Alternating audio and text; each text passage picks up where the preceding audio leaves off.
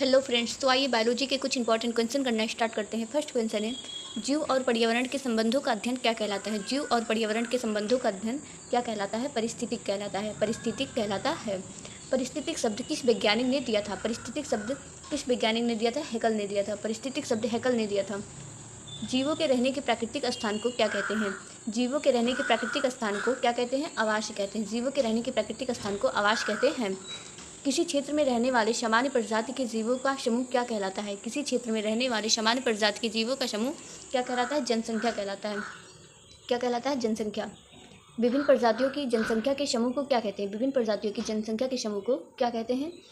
समुदाय कहते हैं। विभिन्न प्रजातियों की जनसंख्या के समूह को समुदाय कहते हैं। जीवों और उनके भौतिक पर्यावरण से मिलकर बनी इकाई क्या कहलाती है? परितंत्र कहलाती है। जीवों और उनके भौतिक पर्यावरण से मिलकर बनी इकाई परितंत्र कहलाती है। परितंत्र का अजैविक घटक कौन सा है? परितंत्र का अजैविक घटक कौन सा है? जल है। परितंत्र का अजैविक घटक जल है। परितंत्र में ऊर्जा का मुख्य स्रोत क्या है? सूर्य है। परितंत्र में ऊर्जा का मुख्य स्रोत सूर्य है। हरे पौधे परितंत्र में क्या कहलाते हैं? हरे पौधे परितंत्र में क्या कहलाते हैं? उत्पादक कहलाते हैं। हरे पौधे परितंत्र में उत्पादक कहलाते हैं। शाकाहारी जीव किस प्रकार के उपभोक्ता होते हैं? प्राथमिक उपभोक्ता होते हैं। शाकाहारी जीव प्राथमिक उपभोक्ता होते हैं। मांसाहारी जीव सामान्यतः कौन से उपभोक्ता होते हैं? द्वितीयक उपभोक्ता होते हैं। मांसाहारी जीव सामान्यतः द्वितीयक उपभोक्ता होते हैं। मृत कार्बनिक पदार्थों को सरल पदार्थों में बदलने वाले जीव क्या कहलाते हैं? मृत कार्बनिक पदार्थों को सरल पदार्थों में बदलने वाले जीव क्या कहलाते हैं? अपघटक कहलाते हैं। अपघटक कहलाते हैं। खाद्य श्रृंखला का पहला स्तर कौन सा है? उत्पादक है। खाद्य श्रृंखला का पहला स्तर उत्पादक है। खाद्य श्रृंखला में ऊर्जा का प्रवाह कैसे होता है? एक दिश होता है। खाद्य श्रृंखला में ऊर्जा का प्रवाह एक दिश होता है। कैसा होता है? एक दिश होता है। 10% ऊर्जा हस्तांतरण नियम किसने दिया था? लिंडमैन ने दिया था। 10% ऊर्जा हस्तांतरण नियम लिंडमैन ने दिया था। खाद्य जाल क्या है? खाद्य जाल क्या है? कई खाद्य श्रृंखला का जाल खाद्य जाल है। कई खाद्य श्रृंखलाओं का जाल खाद्य जाल है।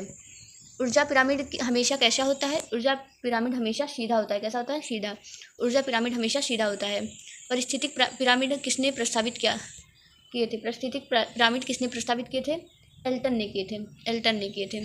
किसी क्षेत्र की जलवायु के अनुसार बड़े परितंत्र को क्या कहते हैं? किसी क्षेत्र की जलवायु के अनुसार बड़े परितंत्र को क्या कहते हैं? बायोम कहते हैं। क्या कहते हैं? बायोम। उष्णकटिबंधीय वर्षावन किस प्रकार का बायोम है? वन बायोम है। कैसा बायोम हो? वन बायोम है। जनसंख्या घनत्व क्या दर्शाता है? जनसंख्या घनत्व क्या दर्शाता है? प्रति इकाई क्षेत्र में जीवों की संख्या दर्शाता है। जनसंख्या घनत्व क्या दर्शाता है? प्रति इकाई क्षेत्र में जीवों की संख्या। जन्म दर को क्या कहते हैं? जन्म दर को क्या कहते हैं? मॉर्टेलिटी कहते हैं। मॉर्टेलिटी कहते हैं। मृत्यु दर को क्या कहते हैं? मृत्यु दर को क्या कहते हैं? नाटालिटी कहते हैं। नाटालिटी। बाहर से किसी जनसंख्या में जीवों का आना क्या कहलाता है? बाहर से किसी क्षेत्र में जनसंख्या में जीवों का आना क्या कहलाता है? इमिग्रेशन कहलाता है। इमिग्रेशन कहलाता है। किसी जनसंख्या से जीवों का बाहर जाना क्या कहलाता है? इमिग्रेशन कहलाता है। इमिग्रेशन कहलाता है। जनसंख्या वृद्धि का जे आकार वक्र किस वृद्धि को दर्शाता है? जनसंख्या वृद्धि का जे आकार वक्र किस वृद्धि को दर्शाता है? घातीय वृद्धि को दर्शाता है। यश आकार वक्र किस प्रकार की वृद्धि को दर्शाता है? लॉजिस्टिक। यश आकार वक्र किस प्रकार की वृद्धि को दर्शाता है? लॉजिस्टिक। पर्यावरण की वह अधिकतम सीमा जिससे वह सहन कर सकता है क्या कहलाती है? वहन क्षमता कहलाती है। क्या कहलाती है? वहन क्षमता। दो जीवों के बीच ऐसा संबंध जिसमें दोनों लाभान्वित हों क्या कहलाते हैं? सहजीविता कहलाती हैं। दो जीवों के बीच ऐसा संबंध जिसमें दोनों लाभान्वित हों क्या कहलाते हैं? सहजीविता कहलाते हैं। लाइकेन किसका उदाहरण है? लाइकेन किसका उदाहरण है? सहजीविता का उदाहरण है। लाइकेन सहजीविता का उदाहरण है। Thanks for watching. ऐसे ही वीडियो के लिए चैनल को सब्सक्राइब करें। वीडियो कैसा लगा कमेंट में ज़रूर बताएं। और हाँ, वीडियो को लाइक करना मत भूलना। Thank you.